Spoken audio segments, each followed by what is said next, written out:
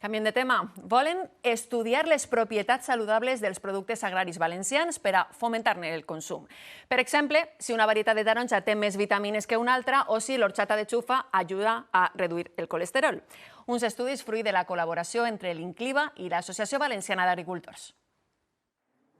En este laboratori de l'Associació Valenciana d'Agricultors avaluen les diferents varietats de cítrics per a saber el moment òptim d'acidesa i de sucre. Porten a tindre conclusions sobre quan deuen de comercialitzar-se i nosaltres dir-los als agricultors si que val la pena o no val la pena esta varietat. Experimenten productes i mètodes de conreu per a traslladar el resultat als productors, però ara volen anar més enllà amb l'ajuda de l'Incliva, l'Institut d'Investigació Sanitària, una col·laboració per a dotar de base científica amb dades contrastades les propietats saludables dels aliments. Sabemos que los productos que tienen son de calidad, darles ese punto de valor, esa parte científica que creo que falta. Trobaren substàncies que donaren propietats que tingueren efectes beneficiosos en la salut humana, això per nosaltres seria una gran ajuda. Volen començar amb un estudi de les propietats de la xufa. Cogemos personas, voluntarios sanos, tomen una cantidad determinada de horchata de chufa natural, medimos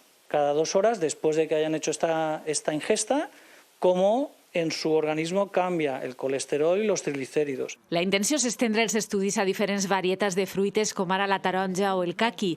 Han d'aconseguir finançament, però a finals d'any podrien tindre ja resultats.